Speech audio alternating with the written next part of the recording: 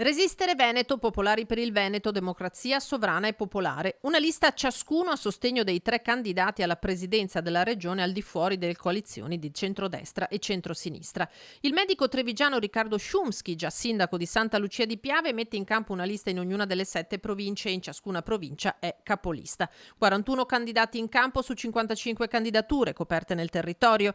Per Szumski, dall'indipendentista Michele Favero all'imprenditore Yuri Abdullah, dall'ex presidente del Consiglio Comunale di Conegliano Giovanni Bernardelli all'ex parlamentare Sara Cunial.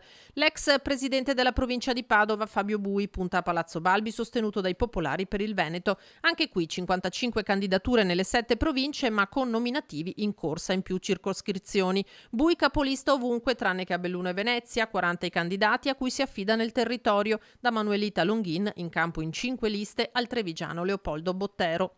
Marco Rizzo, capolista in tutte le province esclusa Treviso per Democrazia Sovrana e Popolare, 54 candidature a supporto dell'ex leader del Partito Comunista, mentre gli effettivi candidati sono 35. Schierata in tutte le province la trentina Patrizia Caproni, con Rizzo, ultimo dei 5 candidati presidente ad annunciare la sua discesa in campo, determinato a portare nei territori il tema sovranista.